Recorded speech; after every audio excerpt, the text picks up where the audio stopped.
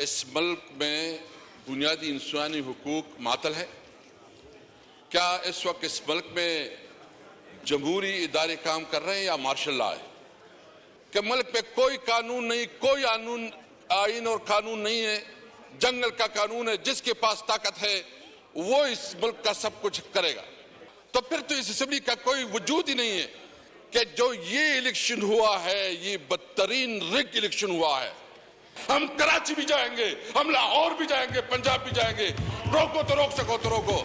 सबसे पहले तो मैं आज जो हमारे चेयरमैन बैरिस्टर गौहर और अपोजिशन लीडर और दीगर MNAs के खिलाफ जो है ना इस्लामाबाद में दफा 144 के नाम से जो पर्चे काटे गए हैं, तो मैं सिर्फ ये पूछना चाहता हूँ आपके तवज्जो से हुकूमत से कि क्या इस मुल्क में बुनियादी इंसानी हुकूक मातल है?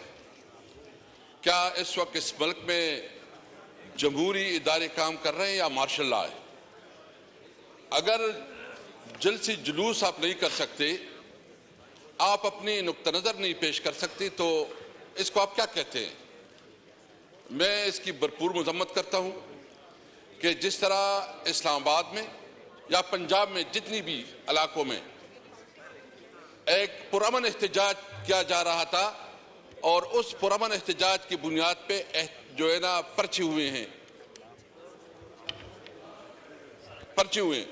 तो मैं सिर्फ ये पूछना चाहता हूं कि बताया जाए कि या तो आइन मातल है, बताया जाए कि मुल्क में कोई कानून नहीं, कोई आइन और कानून नहीं है, जंगल का कानून है, जिसके पास ताकत है वो इस मुल्क का सब कुछ करेगा।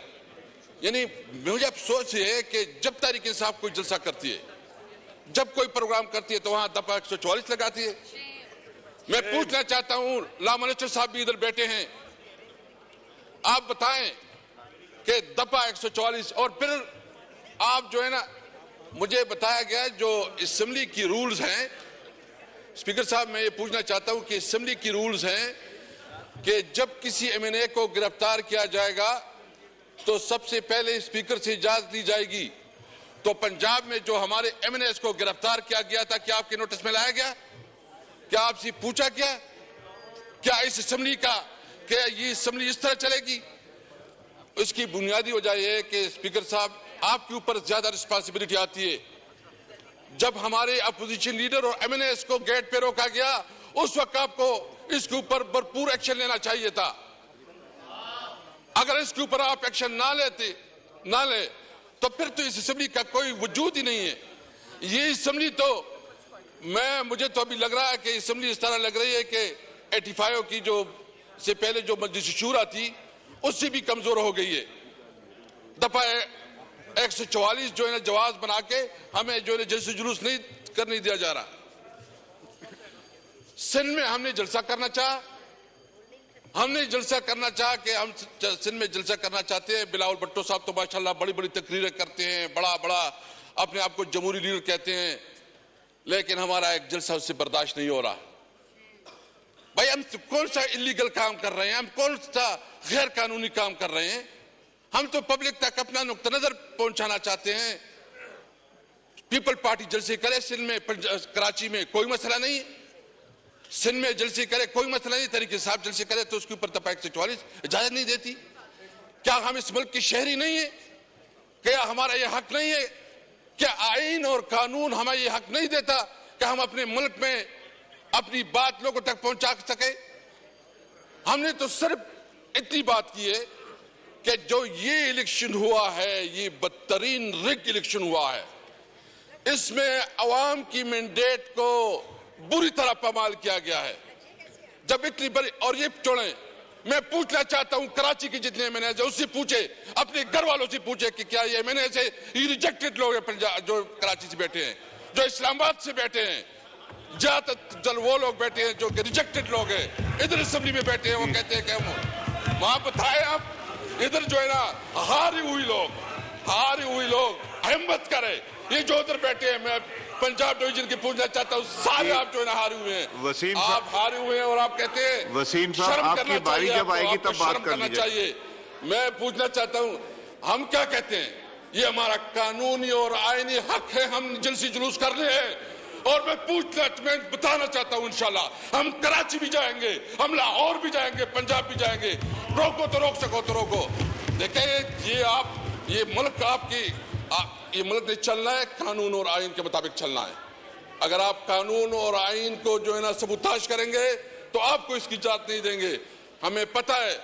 और दूसरी बात, जो इस वक्त आप सबसे बड़ा जुल्म कर रहे हैं कि हमें जलसी भी नहीं करने दे रहे, दफा 144 लगा रहे हैं, हमारे ऊपर पर्चे कट रहे हैं।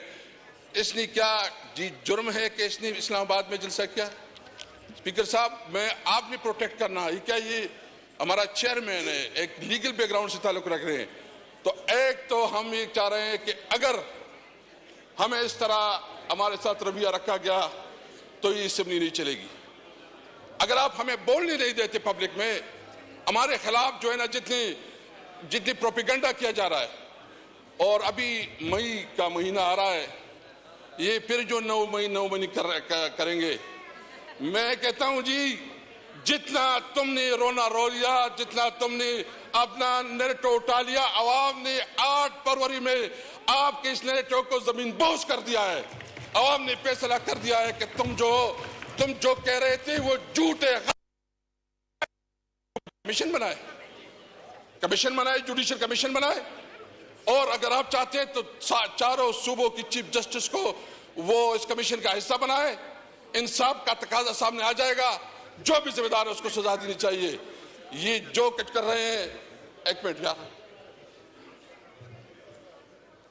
मैं इसलिए कह रहा हूं, ये कौन परेशान कर रहा है? मैं सिर्फ इतना कहना चाहता हूं कि मैं मुतालिबा करता हूं फिर से कि 9 मई के ऊपर जुडिशियल कमीशन बनाया जाए और जो भी रिस्पांसिबल हो उसके खिलाफ एक्शन लिया जाए। हम तो समझते हैं 9 मई मोहसिन नकवी और आईजी पंजाब का ड्रामा है।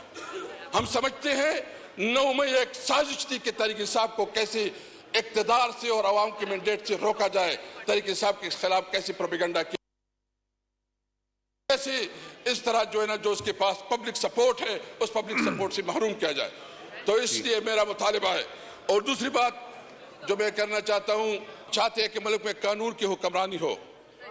हम चाहते हैं कि आजाद अदलिया हो। इस तरह अदलिया नहीं जिस तरह इस्लामाबाद में 6 जजों के साथ किया गया, जिस तरह उसकी तज़हीक की गई, उनको थले करे। हम सब चाहते हैं कि मुल्क में सिविलियन सुप्रीमेसी हो। हम चाहते हैं कि मुल्क में सिविलियन सुप्रीमेसी हो और कानून अपना राह ले। मैं इस हवाले से अभी जो सब कुछ हो रहा है, मैं पूछना चाहता हूं कि क्या बुनियादी वजह है कि हमें जलसे करने नहीं दिया जा रहा। इसलिए आज मैं इस नुक्ते पे स्पीकर साहब में बहुत एहतराम करता हूं, क्योंकि मैं भी इस पोजीशन पे रहा हूं। मैं कोई डिस्ग्रेस या वो करना नहीं चाहता, लेकिन हमें जलसो जुलूस की इजाजत किस कानून के तहत नहीं दी जा रही, किस वजह से जो है ना ये हमें दीवार से लगा रहे हैं। मैं बिल्कुल कैटेगरिकली, हम तो ये हाउस चलाना चाहते हैं, हमने फैसला किया कि हम बिल्कुल चलाना चाहते हैं, बावजूद कि हमारे बहुत सीरियस कंसर्न है। हम समझते हैं कि पार्लियामेंट 47 की पैदावार हुकूमत है। कभी जो है ना, इस वक्त 3 प्राइम मिनिस्टर है, एक शहबाज शरीफ साहब है, दूसरा भी नया बन गया माशाअल्लाह डिप्टी प्राइम मिनिस्टर, और एक जो है ना मोहसिन नकवी, जिसके पास सारे पावर्स हैं, असल ताकत का सरचश्मा उसी के पास है, और उधर जो है ना सारे फैसले वही कर रहे हैं। लेकिन इसके बावजूद हम चाह रहे हैं कि हाउस चले। लेकिन अगर आप हमें अपनी जमहूरी हुकूक नहीं करने देंगे तो मैं सब ये कहते हैं कि आपका ये हाउस नहीं चलेगा।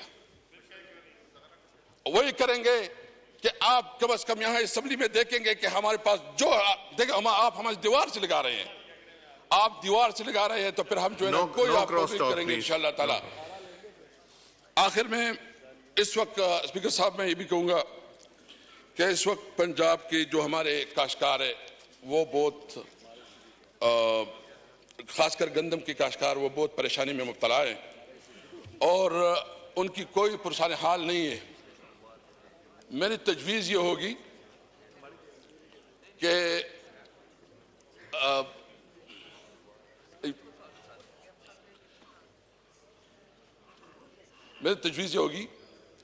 आपको याद होगा तो हमने एक बड़ी एग्रीकल्चर कमेटी बनाई थी। जब इस किस्म की फैसले होते थे तो हम इस हाउस को इत्तेमाद में लेते थे और इस हाउस का फैसला फिर हम बेचते थे और उसको आदर भी किया जाता था। इस वक्त गंदम का बहुत बड़ा क्राइसिस है, किसान परेशान है। मेरा मुतालिबा होगा कि एक दिन पूरा बल्कि एक दो दिन इसके ऊपर पूरा डिबेट के लिए मौका दिया जाए ताकि उसके ऊपर पूरा डिस्कशन हो। और मैं आज यहाँ से अपनी पार्टी की तरफ से ऐलान करता हूँ कि जो पंजाब के किसान इस वक्त परेशान हैं, हम इंशाअल्लाह भरपूर तरीके से उस एहतजाज में शामिल होंगे, उनके साथ होंगे। मैं अपने तमाम MLA से रिक्वेस्ट करता हूँ कि इनके एहतजाज में बैठे, उनके पास जाएं, उनकी आवाज़ उठाएं और हम इंशाअल्लाह अपने काश्तकारों को, जो गंदम के काश्तकार है, उसको जो इंशाअल्लाह ताला अकेले नहीं छोड़ेंगे। शुक्रिया। Thank you.